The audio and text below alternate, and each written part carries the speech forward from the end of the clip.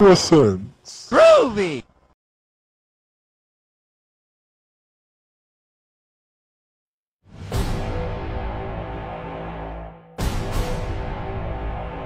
What's going on, folks? This is Filthy Rich. This is Ken Ma. Today, we want to welcome you back to Inversion 101, and today we're going to discuss some in-depth strategies on offensive gameplay for Inversion. Alright, so let's talk about the Gravlink first. I mean, the Gravlink is what everybody's always asking about, right? Gravlink is essentially what's going to let you command gravity. I mean, you're going to always have it with you.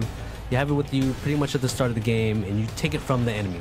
Take it, use it as a tool of revenge, right? It's going to let you do all these cool things, and Gravlink itself is actually a weapon. So the Gravlink is a weapon, so just in case you didn't know, use the Gravlink, experiment with it, pick things up, and show it all around. Let's talk about the combinations that you can use with the Gravlink. So right now, an example that I want to jump into is the use of the Gravlink and low gravity. So the Gravlink is strategic. You can't use the Gravlink anywhere you want. What you have to do is you have to kind of plan out exactly where and how best to use this. So for example, when you're starting out in the game, you're probably going to have about 2 or 3 shots of low gravity. So what you can do is you can use that on that sniper that's hiding behind cover. You can pull him up out of cover, and then you can use that as a way to distract him. His aim isn't going to be as good.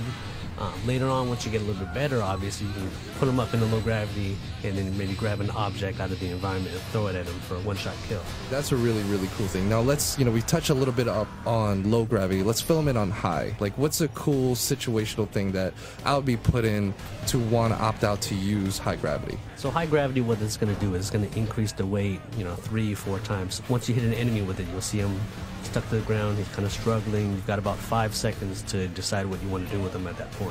So, for example, Rich, I know if you're really good at up-close combat, you're just a master of the shotgun.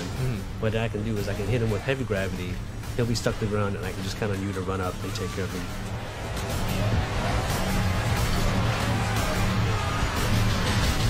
Movement, mobility is an important thing, but another thing we need to touch up on is zero gravity. Zero gravity are these entire portions of the level where the player, environment, enemies, everything is floating. Everything's always going to be constantly floating. That means grenades, they don't land, they go and float until they blow up. So how am I going to kill people? Easiest way, instead of trying to flank them, you can flank them normally, right? You can kind of bounce between objects with the Gravlink. Gravlink will actually pull you toward, almost like a grappling hook. It'll yank you towards an object. Once you start getting pulled towards this object, you can take out your shotgun, you can take out your sniper rifle, and you've got these cool mid-air battles where you're just kind of shooting at your enemy, and they'll be doing the same thing to you. So it's not uncommon to be darting back and forth and trying to get that, line up that perfect shot, and it looks cool and it plays great.